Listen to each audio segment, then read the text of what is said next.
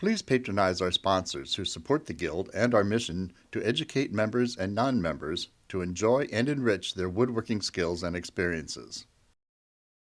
U-Pick Hardwood Lumber, Rockler Woodworking and Hardware, and the W.D. Quinn Saw Company. So I'd like to welcome you all to our February meeting of the St. Louis Woodworkers Guild. I think there's a forecast for some snow coming potentially, or is that, yeah, it's tonight, isn't it, till end of tomorrow, but more in the morning. So I think like we seem to be a lightning rod to attract the snowy weather like last time we were looking at that too. So I think we'll be fine about that. So, okay, now we are talking about indeed new members or visitors. So if there are any new members or visitors, hold your hand up first of all. That's great, there's several. Okay, we have a microphone that's going to be passed around. Yeah, so one at a time, if you stand up and make sure you have the microphone. So we would love to hear about you and how you heard about us and what you do and what you're expecting to do, whatever you want to say. Oh, all right. Hi, good evening, everybody. My name is Wei Wu, and the first time here, and I'm very delighted to be here. And I have zero experience when it comes to woodwork, and so I stopped by a shop in Maryland Heights and saw your poster there, and I thought that this could be something that may be interesting to me as I start thinking about, what to do, what kind of skills I can gain, especially in my retirement years. It's coming up soon. Yeah, and so that's about it. And so I've been a St. Louisan for close to 30 years, and thank you. Thank you. Welcome. Okay, next. My name is Mark Veckley. I'm from Jay's home area, Fairview Heights. I've been doing wood turning quite a few years ago. I actually was a member probably 10 years ago and I got away from it. But now that I'm retired from my regular job, I've got into doing a lot more woodworking.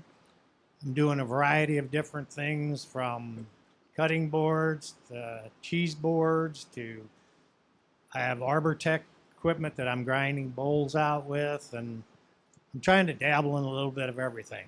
And I'm glad to be here, and I hope to get to know some people and pick people's brains and learn a lot more about it and stuff. Thank you. You're in the right place.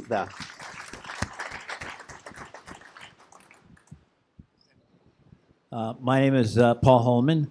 I'm a visitor today. I live across the street from Grady Vaughn. Invited me to come out and see what your guys are up to. I've been in construction for about 45 years. Have done a lot of home improvement projects and houses that I've owned. So I built kitchen cabinets in the first house that I owned and do some carpentry and trim. I have built some things, not necessarily the high quality that many of your members create here, but I'm hoping that I have recently retired, and Grady thinks that I need to get back into woodworking. So great. Thank you. Thank you.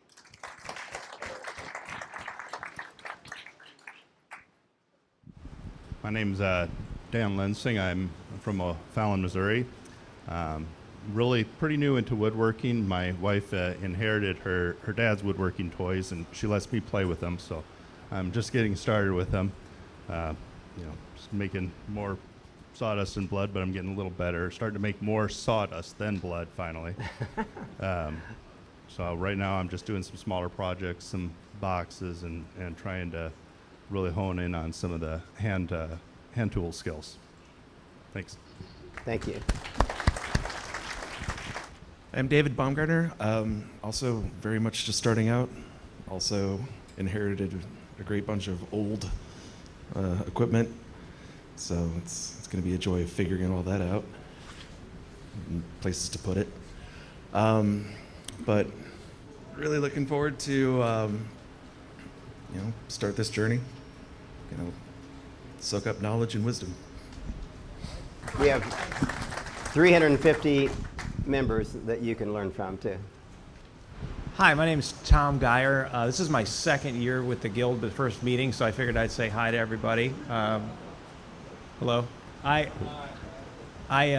got into woodworking around COVID. I haven't done anything since high school shop. I really loved it. I still actually use some of the high school pieces at home. And so I built some tables, some cutting boards. And then I started to look for tools, and I kind of fell in love with old tools. And so I refinished some of those tools, and now I'm to the point where I do a little bit of woodworking, a little bit of tool restoration, and I just anything that is in between, I'm all about and loving. And it's every time you do something, you learn something. So that's why I'm here. So excited to meet some of you folks tonight. That's great. Ben Ryan, first time just joined the Guild. Happy to be here. Been woodworking since I was a kid. My old man was an accountant at a custom cabinetry shop, so he crunched numbers. I built stuff out on the floor. So I'm just hoping to get a little better at what I do. You're in the right place. So next item is just talking about some upcoming classes and presentations. And so some of you people who are just here can learn about some of the things that we're doing in the more recent, more close by future and so on. So this is Bill Shucott. The presentation this evening is from a gentleman with Habitat out in St. Charles. He'll be talking about Habitat and how it works. Dan Lender is going to do a presentation in March on the bedroom furniture set that he's building. In April, we have elections, and it's a pretty busy business month, so there's no presentation. Next slide. Upcoming classes. February 25, we have another installment in Fundamentals of Woodworking. March 2, we have a class of building drawers, and Don Turner is going to do that, and that class is going to be at his shop. March 9 is the Superstar Weekend. There's still time to sign up if you want to attend, and there's still openings in the class. Another fundamentals class on March 10, and a beginner's scroll saw class the end of March. April, more fundamentals. There's a spray finishing class for lacquer and shellac that Don Turner again is going to put on. That class is not full. If you're interested in that, sign up please. Another fundamentals in April. May has got a class on building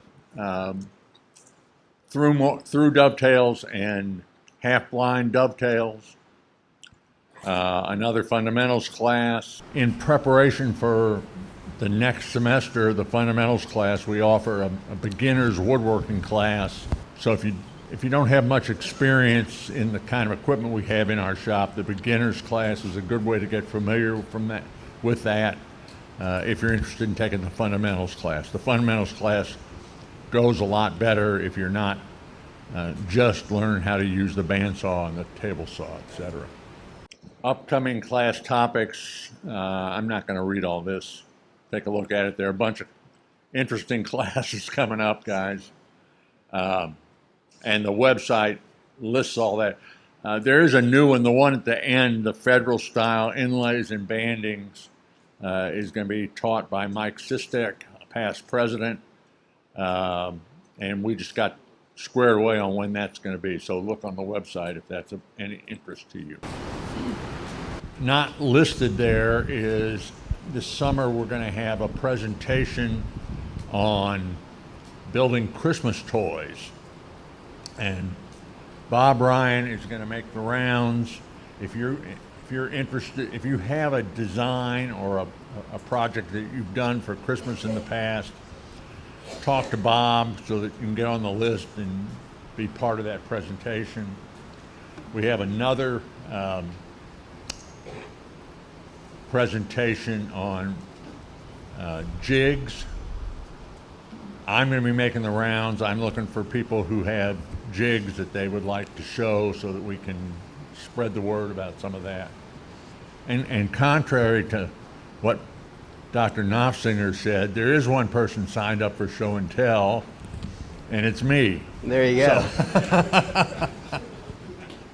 I was wrongly informed. Next. I'm done. Okay, thank you, Bill. Any other questions, or any questions for Bill? You can see there's a plethora, there's an unbelievable number of programs and classes available to people for you to take advantage of. So, okay, we've been having a toy program, I think we can say since 1984-ish or whatever, maybe even before that. It's run by Rich Weitzman, who's here now. And I always ask him to tell you the most recent numbers of the totals, in addition to just, the last week and month and stuff like that. All right, well, the Guild started the toys about a year after the Guild started, and it was for the Marine Corps only at that time. And we used to have a Christmas party, and that's where we collected the toys. And we gave away, in those days, between 300 to 500 toys a year at Christmas. And then after a few years of doing that, I think it was about 10, the Marine Corps had a gentleman in Colorado that absconded with the funds. Not a Marine, because they were not allowed to touch the money. That's when we changed to doing the hospitals. And then after a few years, we did go back to the Marine Corps. Where is that? And so that's how the Guild started the toys. And I've been involved some way or another with the toys since then, since the beginning. Tonight we have collected 156 toys, and Holy Cross Academy, the kids there painted 18 cars for the Marine Corps Christmas toys, which were turned in this evening, included in that count. Today I bagged up 125 toys to give to the Marine Corps. And we normally give more, but a few of our hospitals are not accepting toys right now for different reasons. But we always, as many as we can get hospitals to take, we have them hand delivered to the hospitals. And fortunately, finally, we have more we got a lot of cars, we always do, but tonight we got a number of boats from Linda, and we've gotten a lot of different toys. We've got some new helicopters like Rich Sanders used to make. And if anyone wants to make those helicopters, they were put out to be made.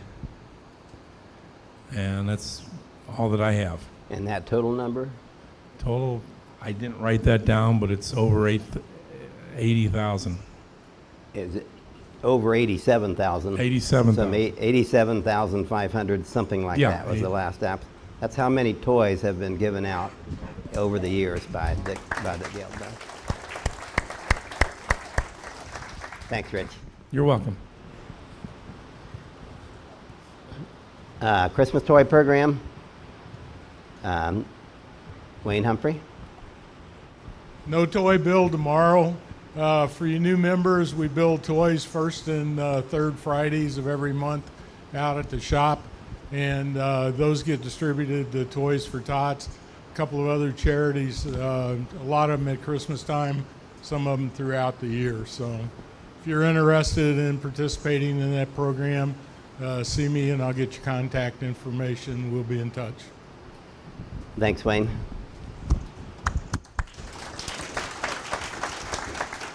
Okay, now the Home Sweet Home Build a Table program. This is Tom Turney, and he has things to tell you and things to ask you.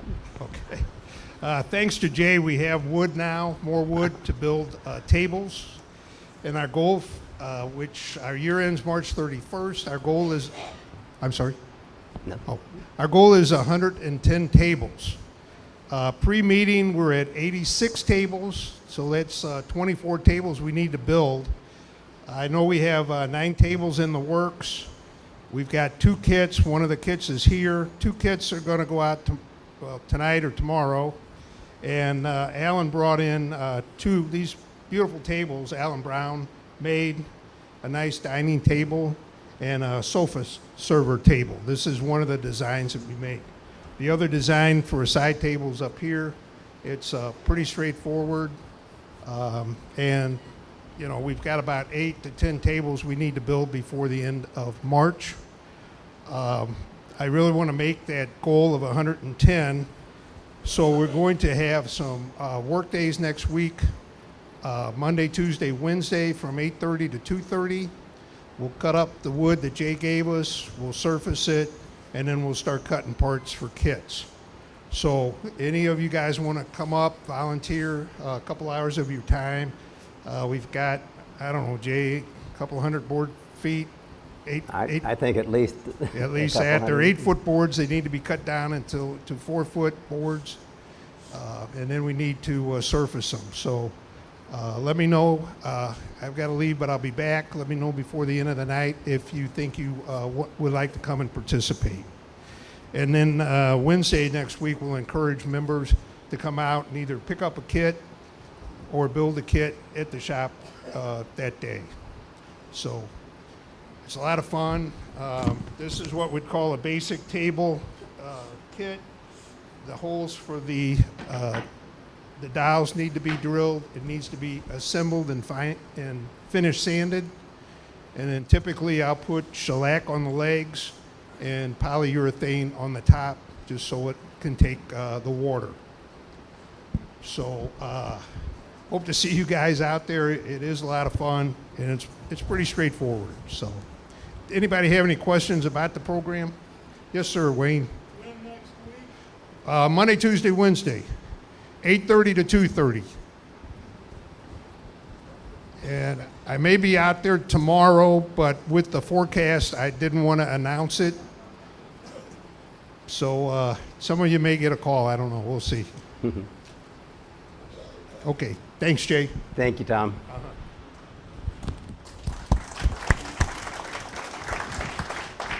So this wood from me is red oak, where the wood coming from the barrel people is white oak. So, okay. So Superstar Weekend with Logan. Superstar Whitmer. Weekend, yes. Particularly for the visitors and new members here, we're going to have a Superstar Weekend March 9. We're going to bring a master woodworker into the Moolah Shrine Center here. He's going to have a workshop all day on the 9th. And this year's guest and host is Logan Whitmer. He's the editor-in-chief of Popular Woodworking Magazine. So it should be a fun day. So the cost to you is membership here to the Guild and $30. $30 includes your lunch. So it's a great deal for a small fee. So if you haven't registered, there's still room, so please sign up. The preferred way is sign up on our go through our website and go through those electronic means. But if that doesn't work for you, we'll take cash or your check this evening. So everyone here, if you haven't registered, you're still invited. And if you have registered and have not mailed in your lunch selection info into Phil Morton, please do so. And if you have registered and you haven't received an informational email from me, please let me know, because there's a little more detail than what is on the poster that I need to get out to you. And you should have already received it, but there may have been a mistake. So I hope to see you all there. Thanks, Dan.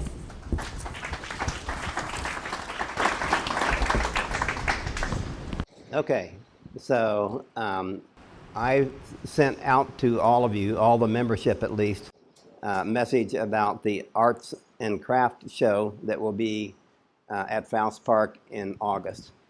Right, David? Here. It's on August. What's the date in August again? August 24th. Okay. So anyway, we're not going to talk about fairies this week. We're going to talk about just the arts and, right? Oh, I wouldn't say that. Yeah.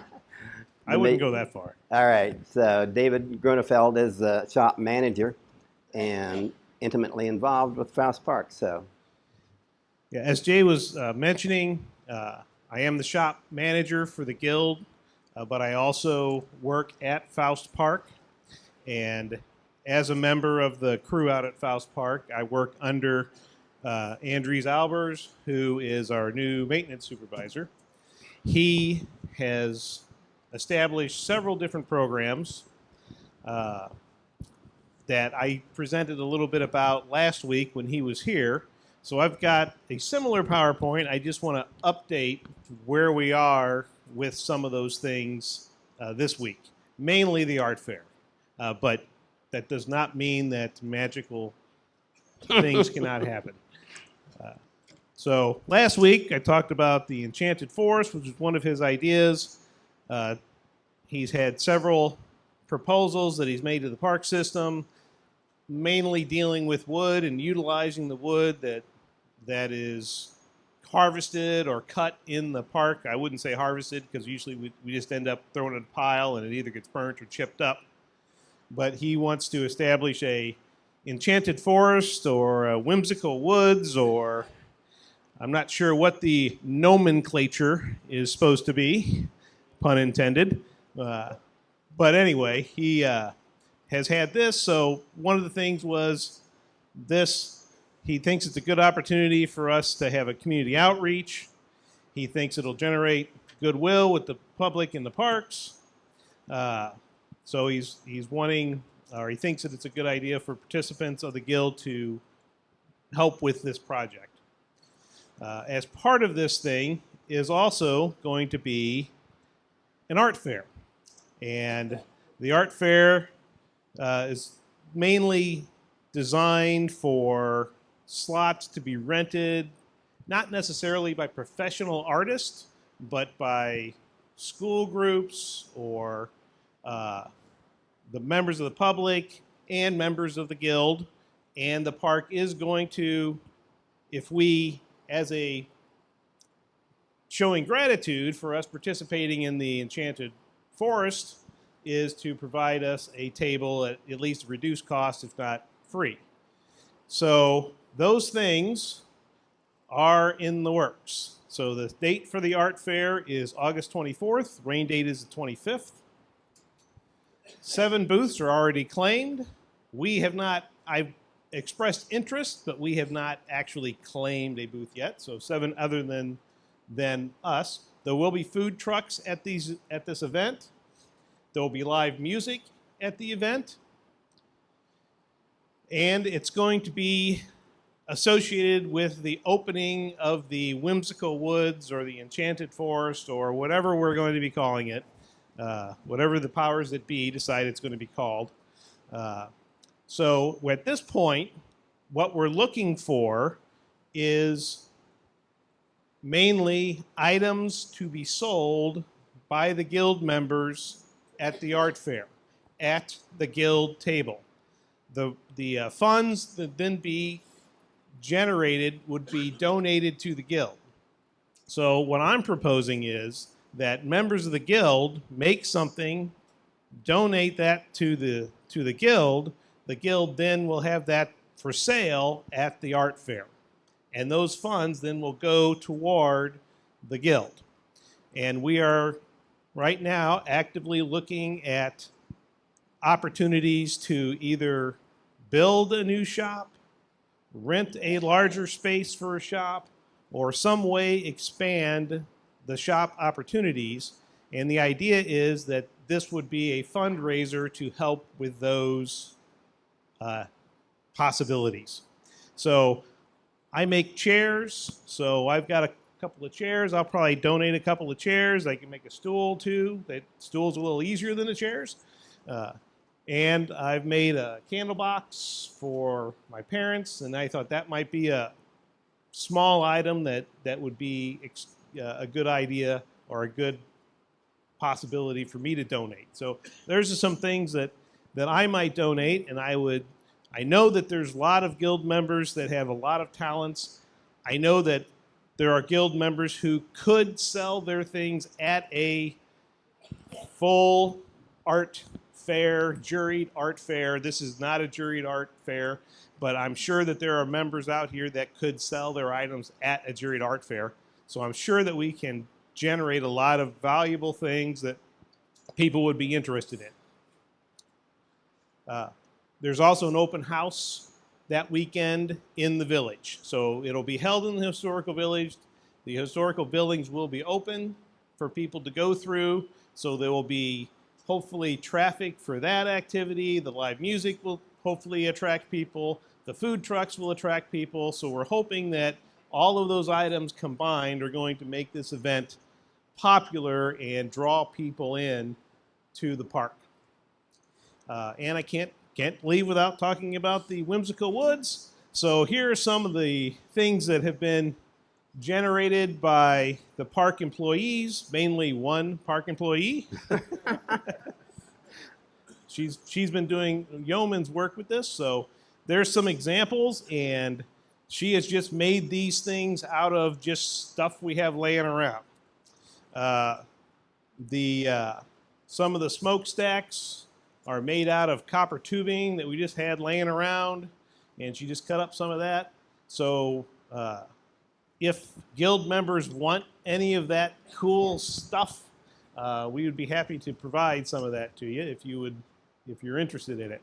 But those are some. She's made several homes now, and Dries, my supervisor, thinks that these would be a very popular item for people to purchase. So if guild members say make one to put up in the actual whimsical woods, and then if they wanted to make a second one and donate it to the guild, they would be there for sale for people if they wanted to put them in their own gardens. And we've got nothing but good feedback on any of these things when they walk in and see them.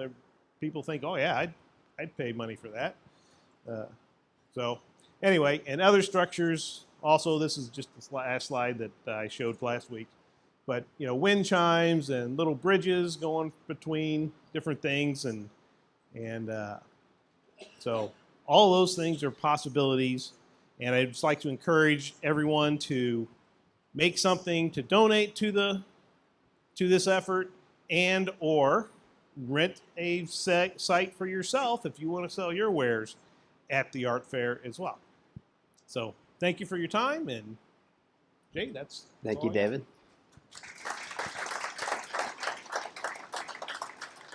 Last week we were kidding about, I think it was Tom Turney, had estimated there'll be millions of people coming to the Enchanted Forest.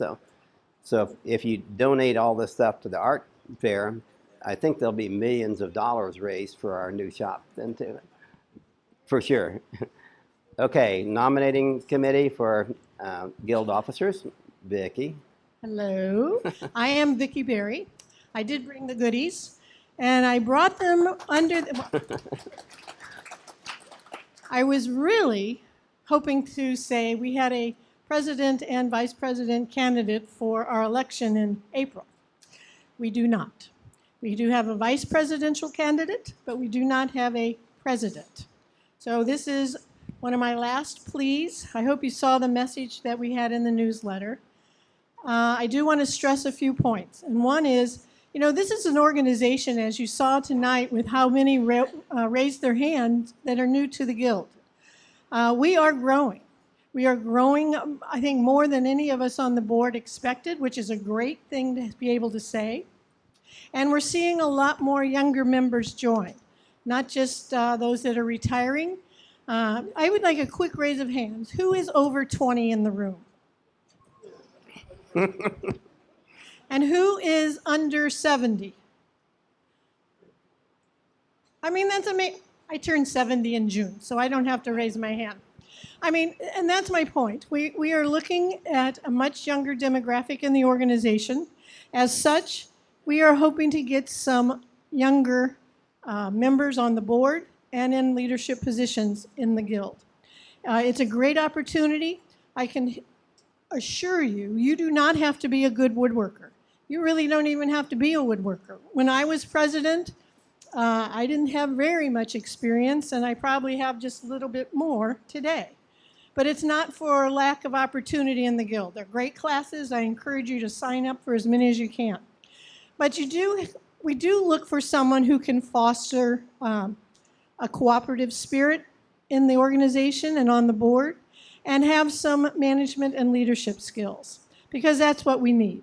The Guild has, I'm going to say, millions of years of experience, but it's probably only a few 100,000 years of experience.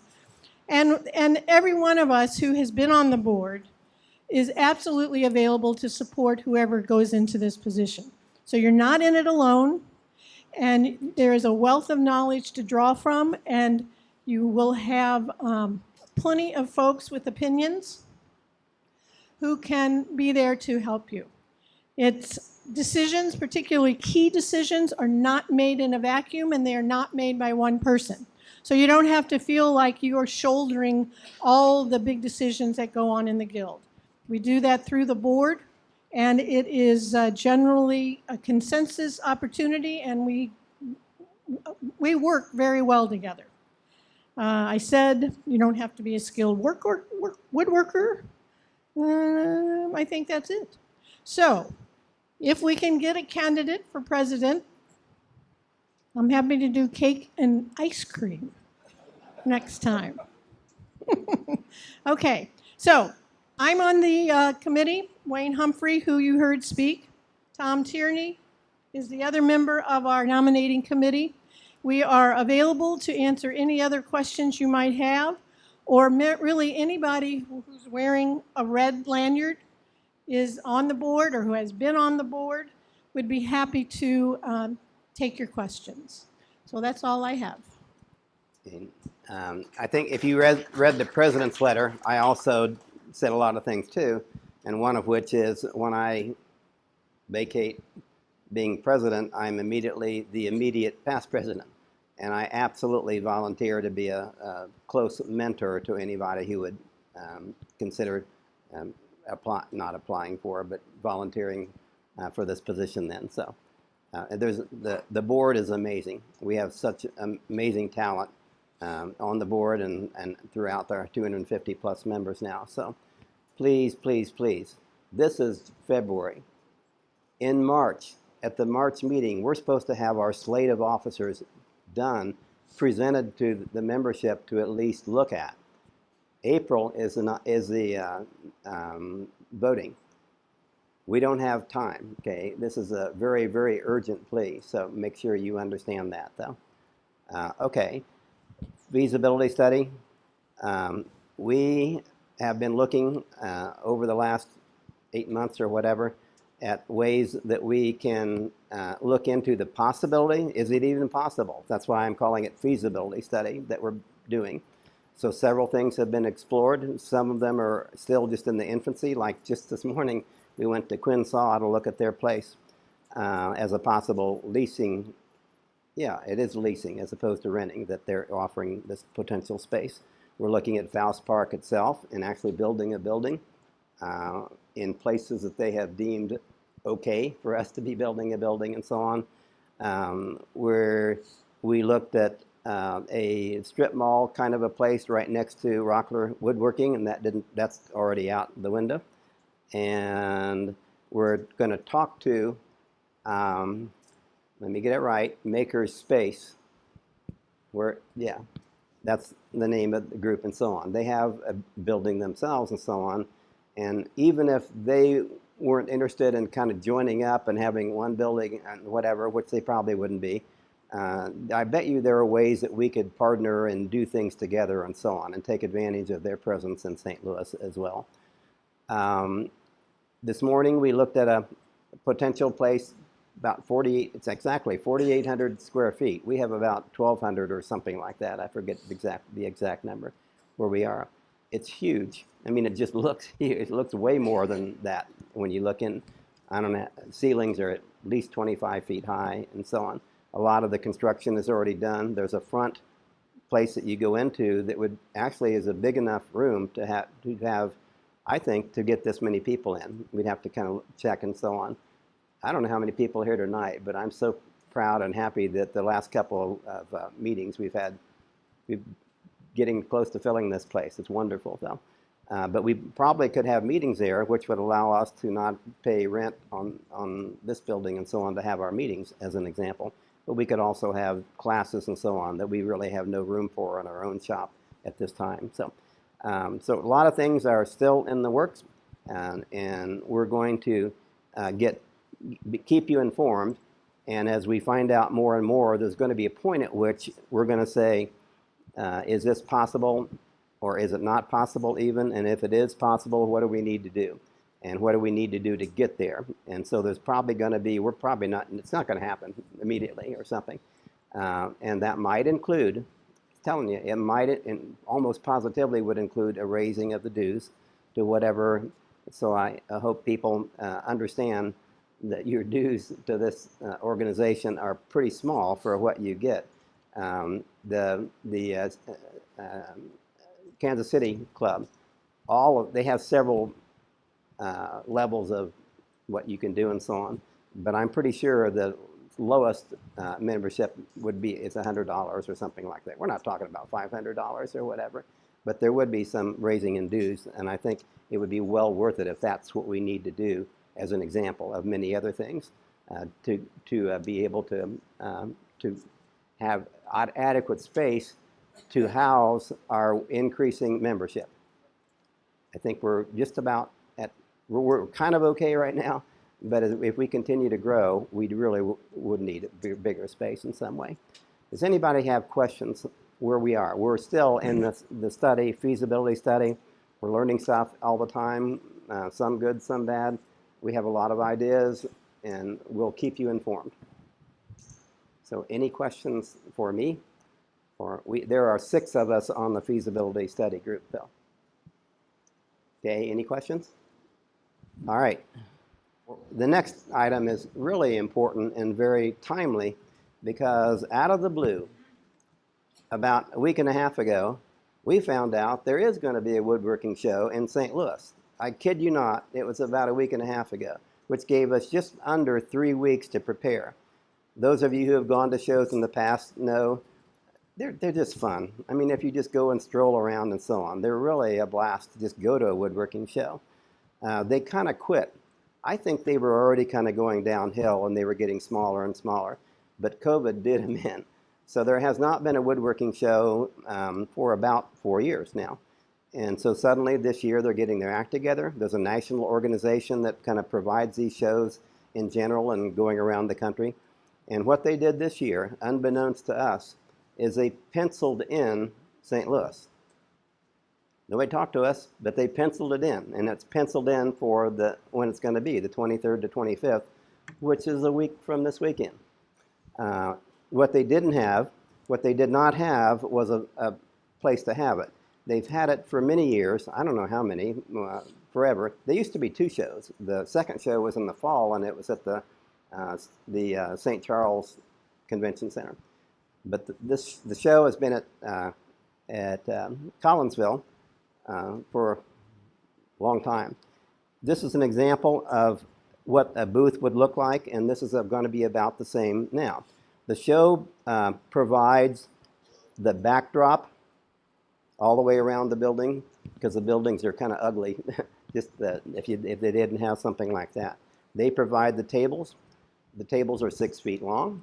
I have 2 booths because a booth is 10 by 10, so now we have 10 by 20 feet, and that's about what this one was too.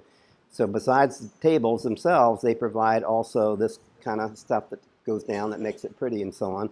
Plus you can hide supplies and hide stuff behind it as well. What we used to have, see the things are in more gray there. So in addition to the backdrop, we have these great big heavy, I think they're wood or part wood or whatever, things that we would hang things on to kind of advertise the guild. So we're going to do that again this year, but we're not going to have those big, giant. The short notice, no, we're not going to do that this year. But I do have, and several people told me at the guild meeting that they have easels that maybe they could, and so far I have ones from Vicki.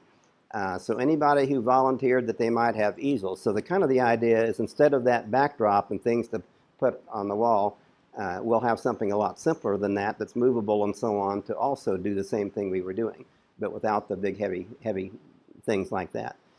We also need, and I think I put a word out for that too.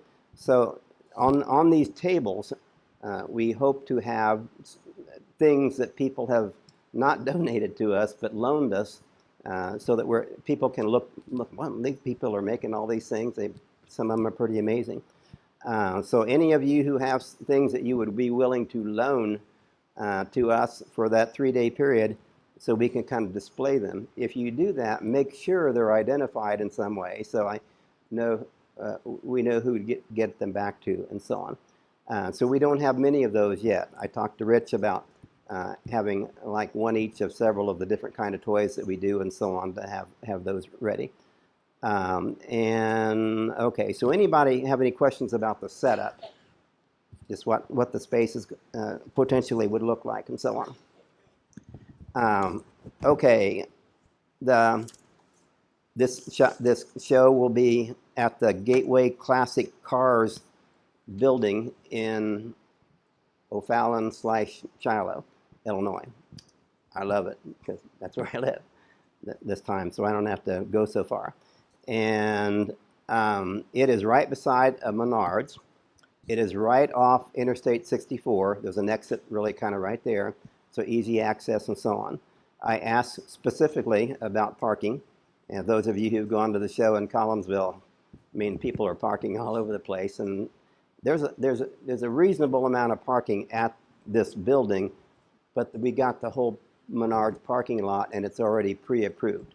So they have a partnership with the show people and, the classic car people and so on, that you can use our parking lot, they can use theirs and so on. There should be plenty of parking, and so it's right beside Menards if you see that when you kind of get there.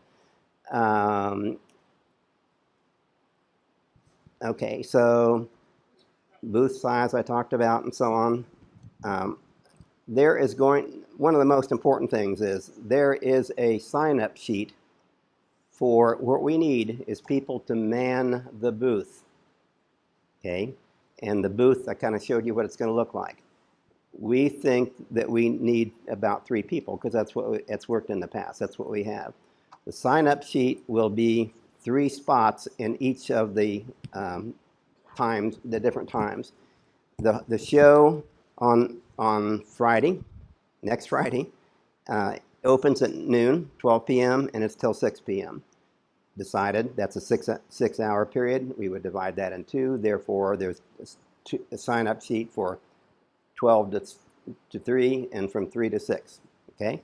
The next day is the biggest day. It's from 10 in the morning till 6 o'clock, and that's going to be 3 slots divided. You'll see that when you do the sign-up sheet. And Sunday, it's only 10 in the morning until 3 p.m. and then breakdown and so on. But there's also a sign-up sheet for helping with the putting together part and the tearing down part. Guess what? If you sign up for any of these slots, any of them, you get free admission to the show. Admission, I can tell you, if you don't have some kind of coupons or whatever, it's $16. $16 this year. So if you sign up for a thing, you don't have to pay that $16 and you're there for 3 hours and so on. So usually, this is one thing we usually don't have trouble getting volunteers for. The sign-up sheet has not been seen by anybody. This has not been available for somebody to sign up to. So you have first dibs on it. If you want to sign up, you need to do it tonight. The sign-up sheet is on the check-in thing instead of the show and tell table and so on. Whenever we have tonight spaces left, is Andrea still here? No? Where Andrea?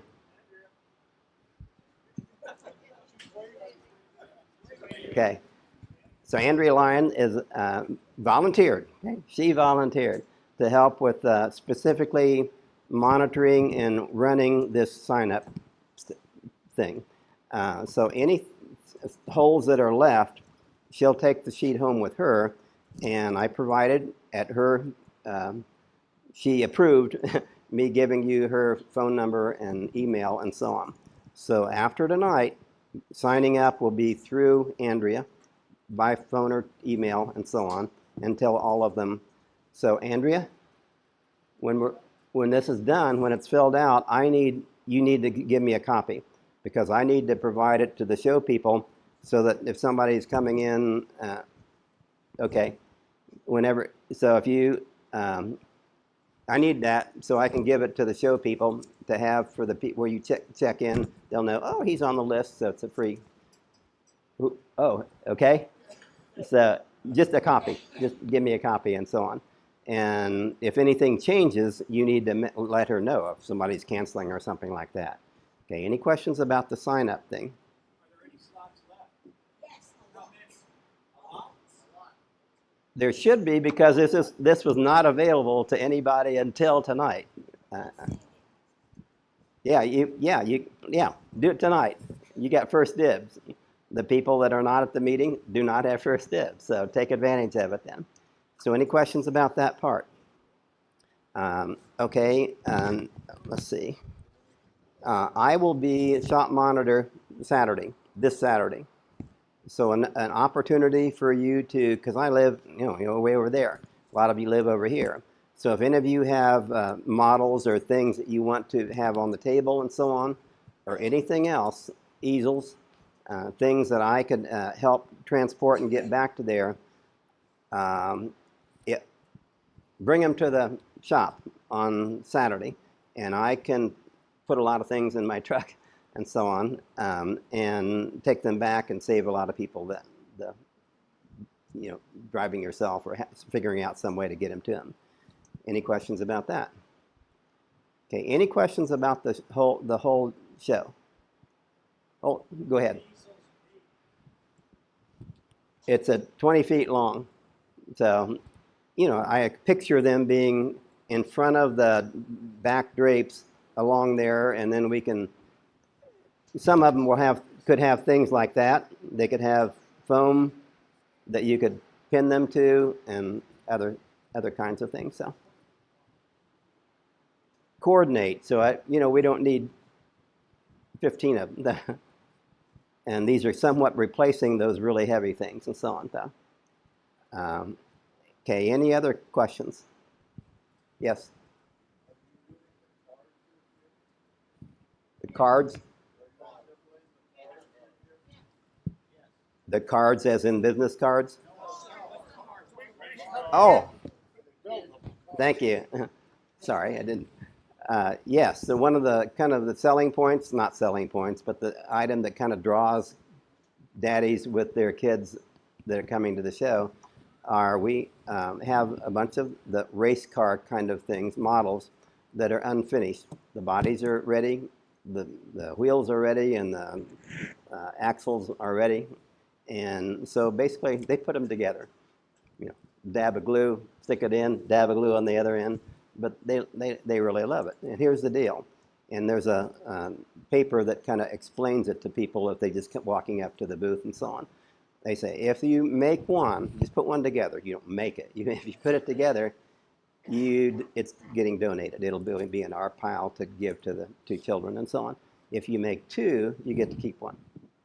Absolutely, we're going to do that. Like one whole part of it and so on. One end of this table will be doing that. And it's been a fun thing. Oh, I know the big thing. So why do we do this? Besides it being fun for everybody going through woodworking show places and so on, it's been a pretty good source of getting new members. It's an advertisement for us and so on, and that we generated new members, a lot of new members every year. So that's one of the reasons. And the other is to brag about ourselves, to show things that we're doing and so on, and getting it out to the community. So those are the two reasons I think that we were there. By the way, we get free booths. People that are selling things, I don't know even how much they have to pay, but people like us that are community service and stuff like that, our booth is free, no cost to us. Okay, what else did I forget? Yeah, so there's one of those easel things and so on. We'll explain it. It'll say as an example how that 87,000+ things that we've donated and so on. Somebody, I'm sorry, I'm blanking. You get so many calls and everything in the last week and a half, but somebody is going to donate a one of the Home Sweet Home tables. So I don't think we need two of them, though, Todd. So I think we have one table that's been made for that. So then Todd said he could do one too. Oh, that wasn't one of the Home Sweet Home table. Okay, do it then. Okay, get it there. So we're looking for, yes, we want to, that's again, since we're talking about it, we want to show examples of things that we do and send out and so on. Okay, any other questions? Okay, thank you all. So we're going to make this happen, even though it's such short, little conflict for me. My wife is going to have her shoulder replaced on the 20th. So, and there's nobody else at home. Okay, so I'm going to be in and out all 3 days, but I'm not going to be there consistently and so on because I got to go check on my wife, so back and forth and make sure she's doing okay. So, all right, sorry. She didn't know about the show either, of course. We didn't plan this. Okay, we're ready for show and tell. Got two things. Sorry for the delay. One of the things that we teach in the fundamentals class is how to square up a board. And that involves joining it and planing it. And in the case of the project we're building right now, we're taking 5/4 wood and resawing it so we have a couple of 1/2-inch thick boards. And we've been teaching that for several years. And what we've been showing the students how to do it is we use one of the magnetic feather boards to hold the bottom of the board that we're resawing against the fence. And then we grab the top of the board and the top of the fence and hold it tight against the fence. And that works okay. You have to be diligent in how you're holding the top in. But I went looking for a taller feather board, and I found a really neat one for $80. Well, I wasn't about to spend $80 for a feather board, but in my quest, I also found plans how to make one. And that's what this is. This is a tall feather board. It has a piece at the bottom that locks into the T-track, and then you can hold the board against the fence. And this one works fine for a board that's 6 or 8 inches tall. And I made a second one. It's not as pretty as this one, that it's taller and takes 2 of these silicone businesses. Silicone, whatever that's called, the finger. I bought 2 of them on Amazon for $7. So that was what I put together. The rest is just fabricated out of, this one is mostly oak pieces that I had. Questions? What did you put on to coat it? What? Coat of a finish. It's not finished. Nothing. This Yeah. is raw Okay. wood. It's utilitarian. And I can show you where to find the plans if you're interested in building one. I'm going to leave both of these at the shop. So they'll be with feather boards, etc. So these things will be available for you to look at after the meeting then too. Yep. Okay. So my name's Lance Marcus, and I took the fundamentals class at the end of last year. And this is our second project. It's a shaker end table. So this is my version. It's mostly made from a slab of cherry. And I went kind of the extra mile and did a book matched veneer top. Beautiful. And then finished it with a oil and polyurethane blend. Are you the one that got in touch with me? No, I don't think so. Okay. Somebody was not quite finished with something about taking to the show. Oh, okay. Okay.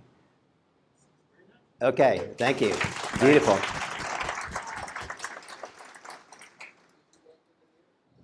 So Joe asked whether he made the veneer, and he said, yeah, so that's great. So we, especially when we get to the presenter, or even right now, we're getting out of the habit, but we need to have people who are talking at all to have a microphone, because this whole meeting is recorded. It's recorded. So we can't hear people that aren't talking into a microphone. So we'll try to be more cognizant of that, though. So I had the pleasure of just meeting Tony Bradbury just before the meeting, and I told him that usually our business part lasts half an hour to 45 minutes. I lied. I think we're about an hour from the start, though. Anyway, so we're really, really happy to have Tony here. He is working. He's been working for Habitat for Humanity in the St. Charles, St. Charles area for about the last 9.5 years. Prior to that, just a couple things. What's happened in his life since high school? He was in the business of framing homes for a couple of years, right after high school. Then he was a construction superintendent for Greater Missouri Builders for 13 years. And then he owned his own construction company for about 6 years. And if you add that to the Habitat time, I got about 30 years since he graduated from high school. So anyway, so we're greatly looking forward to his presentation on Habitat for Humanity. So this is not a how to build something thing, but certainly they're building all the time. I just ran into somebody in O'Fallon yesterday who is doing this over in O'Fallon, and they have just made their 9th house through Habitat as well. So it's amazing how many organizations there are nationally. Thank you. You're welcome. Well, good evening. Thank you for letting me come out and speak to you guys. Mr. Bob Ryan is one of my Wednesday volunteers, and it's a group of individuals, retired individuals that come out every week and help us build homes. And so he asked about a year ago when he started coming out if I'd come speak, and I was like, that'd be awesome. So I love talking and I love meeting new people. So just my wife hates that, but I thought I'd start out with a little video. We show this at our gala. Each year we do a different video. But it'll give you a little background or insight to what we do, and then I'll kind of go over a little detail after it's over. So.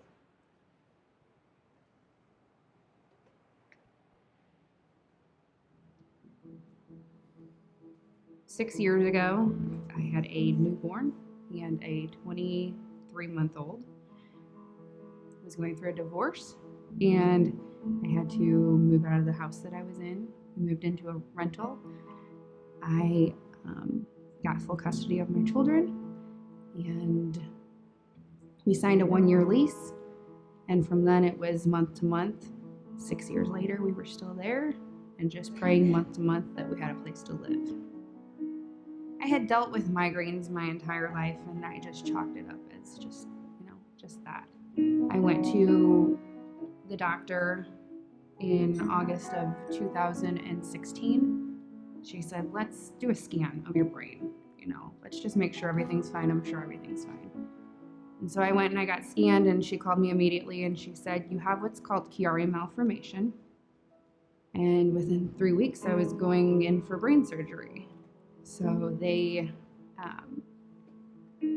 permanently removed a portion of my skull, and then they removed C1 and C2 of my spine just to make more room for my brain.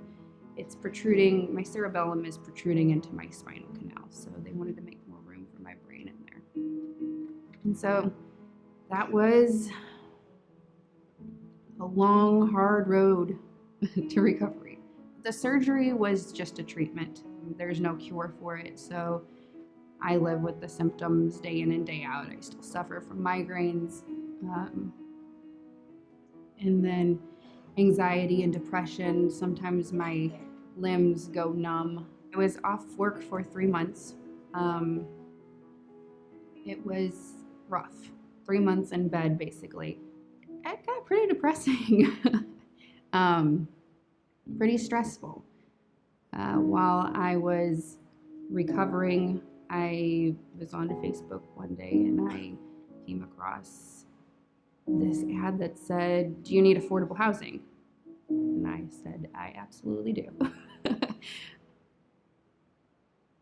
Habitat for Humanity is an organization who has a vision.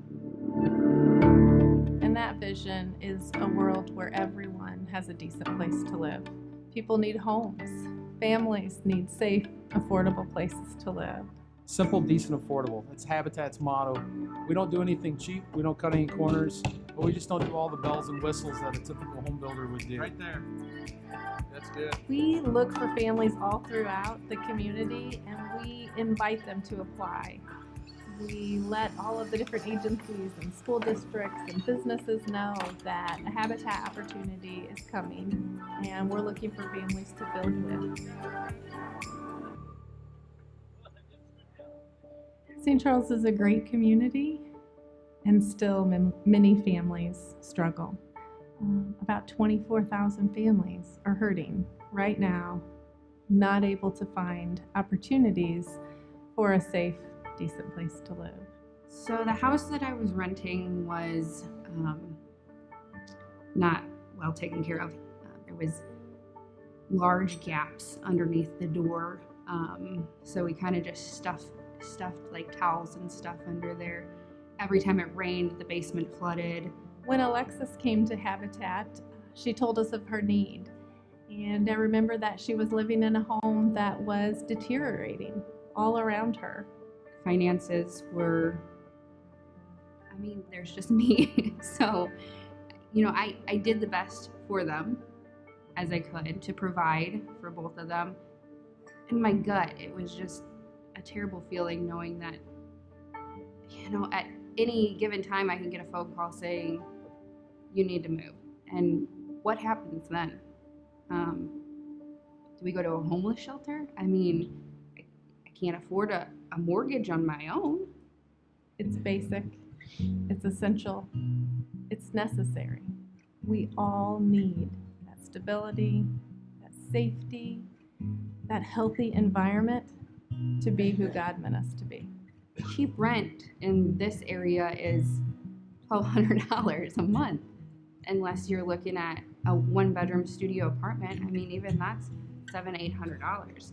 Habitat is all about people helping people. It's all about people caring about people. We work with each family, each individual, as they're building their home and also as they are purchasing their home. And each family is receiving an affordable mortgage that meets their needs, that fits their family. I've had to educate everybody that I know that this wasn't free. This wasn't given to me. My sweat equity, I put in all those hours so that I could have an affordable house. I have a monthly mortgage just like everybody else. It's affordable to me. It's a movement. It's a mission. It is like nothing I've ever been a part of before. It really does bring people together, and as we say, to build homes, communities, and hope.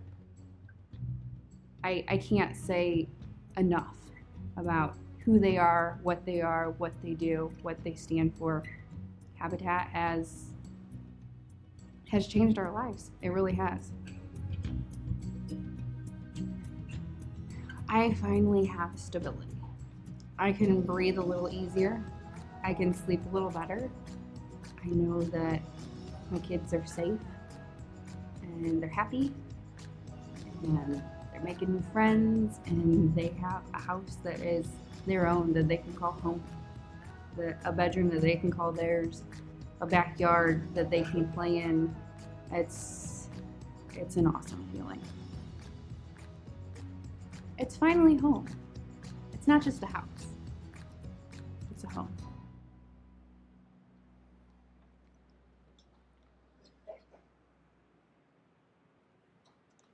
Yeah. I looked a little better in that video. It was 3 years ago, but And Alexa's awesome person. She just recently, in the last year, I think maybe a year and a half, got married. And her husband is a union plumber, and him and his dad would go out and work on Habitat houses, and he wanted to repay the fact that he lives in a Habitat house now. And so he got the union plumbers involved with us the next year, and they came out and plumbed 2 of our houses. So it was pretty cool. So we have our homeownership program starts up every February. So we start putting the word out in January and looking for the families. We do a community outreach, and anyone can apply. For St. Charles County, some of the requirements, we want the families to lived or worked in St. Charles County for a year prior to applying, have income, credit, and a need. We had 68 families apply last year for homeownership. 8 families qualified, and we were only able to do 2 homes this past year. And so that's where the need portion comes in, is who had the greatest need of those 8 families that qualified. So, so we selected those 2. Once they're selected, they put in sweat equity hours. So currently it's 450 hours for 2 people on a mortgage and 300 sweat equity hours for 1 person. And then they can split those up, some of those hours, with friends and family. So they could invite friends or family members to come out and build on their behalf and help them towards their goal. And that helps build community. And that's what Habitat was kind of founded around, was community building community. So, so they put in their sweat equity hours, and they can earn those out there on the job site, help them build the home, or at our restore, or through some of the classes, education classes we have them go through, like Dave Ramsey's Financial Peace class might be the most popular one, but we have them go through some of those classes to prepare them to be the best homeowners they can be. Once the hours are completed and once the homes are completed, they get handed a mortgage just like anybody else buying a home. The difference is we're the builder in the bank, and they're going to partner with us for the next 30 years or however long it takes to pay that mortgage off. So the big thing we always want the volunteers and anybody I randomly walk up to at Lowe's or the grocery store is to know that the families, like she said, aren't getting a handout. We like to call it a hand up, but they're not winning a home, they're not getting a home, they're applying for home ownership, they're working towards home ownership, working on the house, and then they're purchasing it in the end. So that's what we always like to let everybody leave with. So a little bit about our houses. We are currently building about a 12 to 1,300 square foot floor plans, and it just depends on what area we're working in at the time. Some of our homes will have garages, some are slab homes. It just depends on what the municipality requires that we're building in. And they're roughly 3 bedroom, 1 bathroom. Sometimes if the family needs are there, we will do a bedroom and a bathroom in the lower level as well. So we really like building basements because it gives that family expansion, it gives that storm shelter and that extra storage and that. So we build energy efficient homes. So all of our exterior walls are 2x6 exterior construction walls on 2-foot center. We can put an R19 bat insulation inside those walls. Then on the outside, we do a 1-inch foam board, and that's wrapped in house wrap. So we're getting almost an R25 value on our outside wall. It's more than most homes in St. Louis have in their attics and that. And speaking of attics, we blow an R49 in our attics. And before we blow the insulation, we go up and we cocoon around all the light penetrations. Everything's caulked, sealed. We caulk all of our outlets around the exterior walls. Our bottom plates are caulked to the subfloor. The subfloor on the outside is caulked to the baseboard to the sill plate to the foundation. And that's all repeated on the inside. The top plates are sealed. We seal our sheeting to our studs around the windows and doors. All that just to make the home as airtight as we can. We do high energy efficient water heater, furnace, LED lighting, low consumption toilets, faucets, and all of that isn't just to pat ourselves on the back and say, hey, we built this energy efficient home. It's to make it more sustainable for the homeowner so that at the end of the month, they're not choosing between those high utility bills and putting groceries on the table. So that's why we do that. And one of our homeowners who in Wentzville is a 1,350 square foot slab home, 3-bedroom, 3 teenage kids and mom. She said, all electric home, she said her utility bill's around $100 a month. So yeah, I don't even think my gas bill is $100 a month. But yeah, it's awesome. So what we're doing is paying off. And you can ask Bob how many times that he's probably caulked. So we go through a lot of caulk and tape. So we also build universal design homes. Does anybody know what that term means? No? And I get that every week on the job site. So universal design takes some of the ADA building compliance, or building practices, common sense building practices, and then aging in place. And it lumps it together, and they call it universal design. Some of those features are zero entrance. So when you come into the home, there's no step. There is wider hallways, wider doorways. So all of our bedroom doors and bathroom doors are all 3-foot doors. The hallways have a turn radius for a wheelchair. The bathrooms have a turn radius. We leave a space open between the toilet and the vanity for a transfer if you were in a wheelchair. We've put backing inside the walls for future grab bars. Our kitchens are galley-style kitchens, so there's more open floor space. You can maneuver around in the kitchen better, and it provides more lower storage and cabinet storage, so that way you don't have to worry about reaching up to the top cabinets and that. And then we go and lower the light switches and raise the outlets to make them more accessible. And all of that is to make the home more visible and more accessible by anyone. And as we, as a population, grow older, we can stay in our homes longer, and we don't have to go on to maybe an assisted living situation where we're not in our own home. So there's a big push in the building community to build more homes universal design. Think about like the remodel cost to move a wall in your home. Maybe it's got heating, cooling, ductwork, plumbing, electric, and then the finish work, like your floors, your drywall, trim. Just to move a wall to get in to maneuver a wheelchair or to the use of a walker and stuff. So all that's universal design, and it's making the home, like I said, more visible without making it look institutional. So we include all those in our construction, and then also, like Alexis said, we build simple, decent, affordable. We don't cut any corners. Actually, I might have said it in the video, maybe. But we don't cut any corners. We don't do anything cheap. We just don't offer all the bells and whistles that a typical home builder would do. So we have some partnerships in our community that we're really proud of, and we love telling volunteers and everybody about. Allen Roofing is a big roofing siding contractor in St. Louis area. They've been helping us out with roofs for the last 6 or 7 years through a partnership with GAF Shingles. So GAF supplies the shingles to a certified installer, and they come out and install the shingles for us. So, and then Allen Roofing donates their labor. So they've been helping us with that. There is a career center. We got St. Charles residents in here. A lot of okay.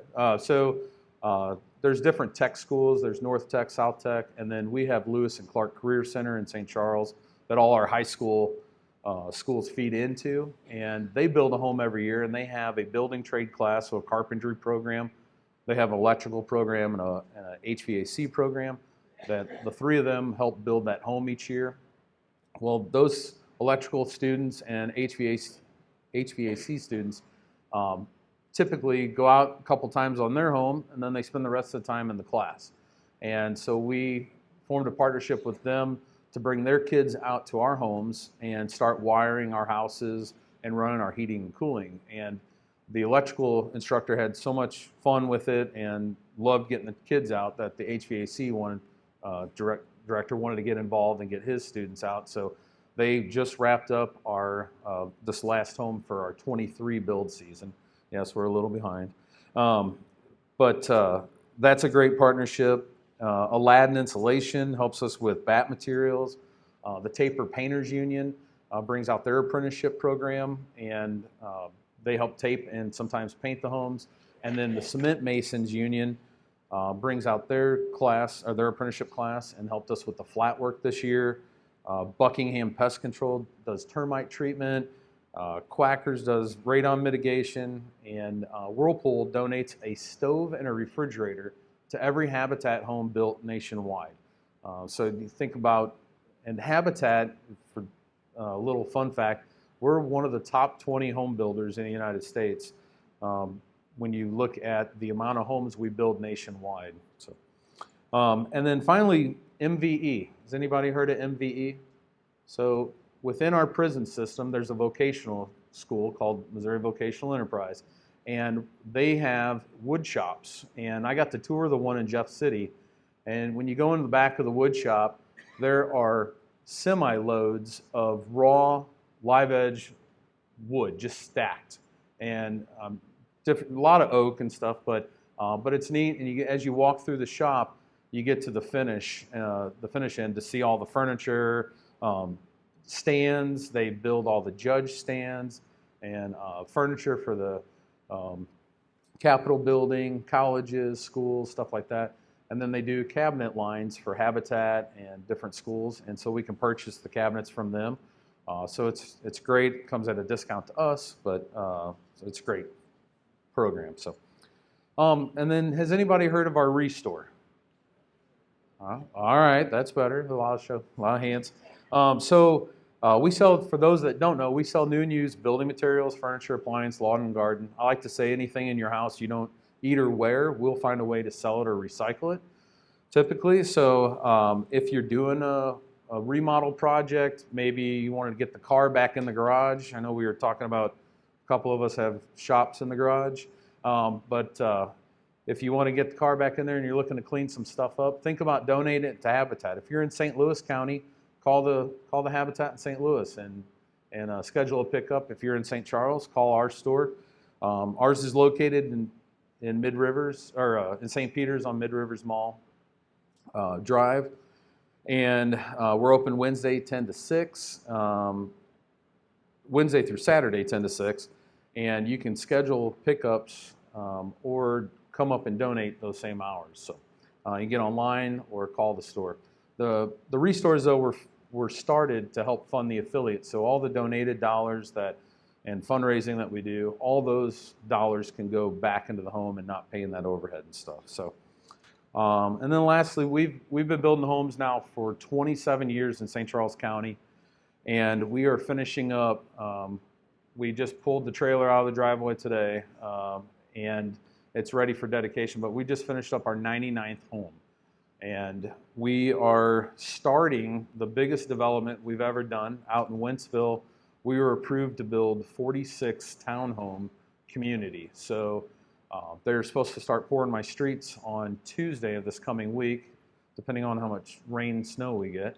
But we're really excited, and that's 46 families we'll get to serve over the next 6 or 7 years. We're not a production builder. It takes us a little bit of time to build the homes.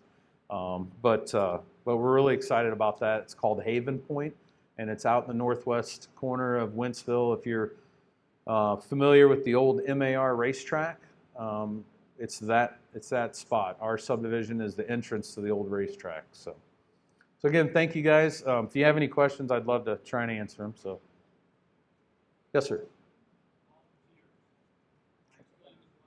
I was told to stall the question until you got a microphone too. So.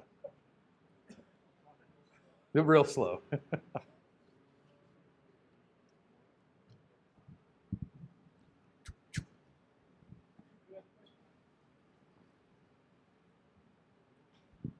You still use a lot of volunteers in your construction?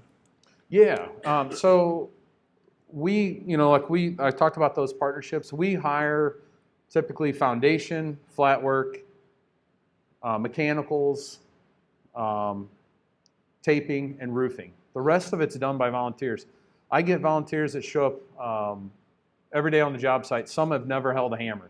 And I have a joke in the morning about this is the handle of a hammer, and show them. We're paintbrushes. But we teach the volunteers and homeowners to frame the homes. We set doors and windows. We set trusses. We sheet the roofs. We side the homes. We do all the insulation, drywall, flooring, finish work, and then we sod and do all the landscaping and stuff too, and seed and straw and that. So yeah, we do.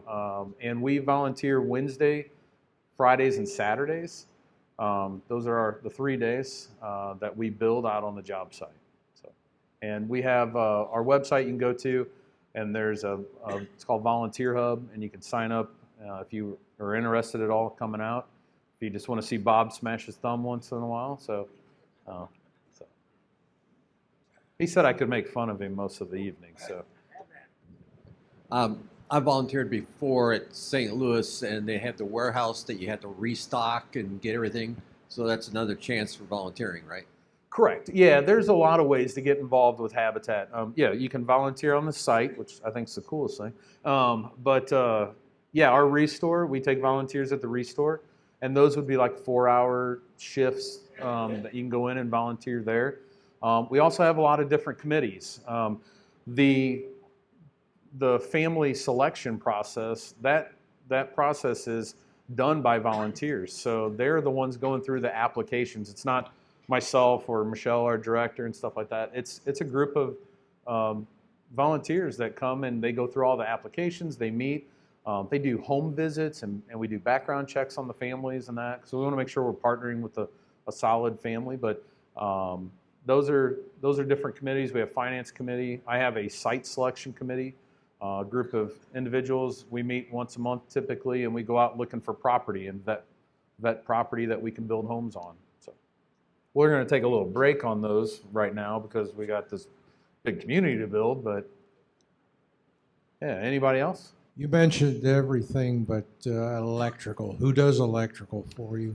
So we have to pay for the electrical is done by the class, the school. The plumbing I have to pay for still. I don't. If they would start a plumbing class at the school, I'd be set. So, but we've had different. We've hired different contractors over the years to come out and wire the homes. We've had some contractors donate their services, but the last couple homes have been wired by the school. So, all right. Well, thank you guys again. Appreciate it.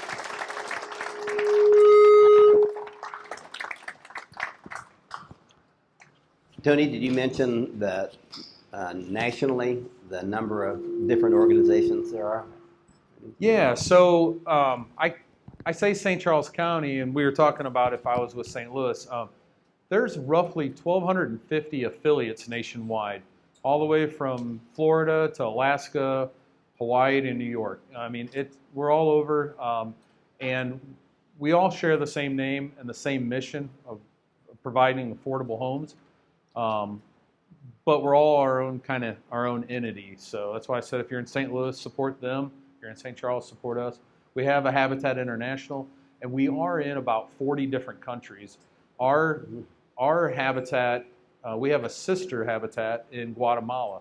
And so if for every home we build in St. Charles County, we donate money to Habitat International to build homes in Guatemala. And sometimes they'll take, like when we have natural disasters here in the States, they'll pull back some of those funds and help those communities here. Or if there's earthquakes or tsunamis, whatever, around the world, they'll focus on some of those while still building homes in all those other countries. Thank you so much, Tony, and we're so happy you have a relationship with Bob and that we were able to get you here. I certainly learned a lot. More than I knew before. So thank you.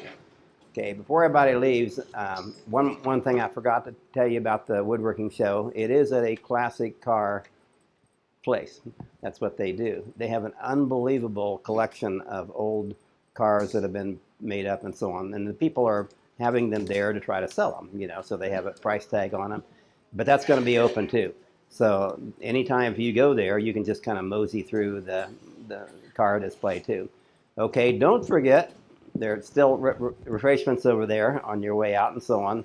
So thanks to Vicki again. So thank you for attending. Had a good meeting.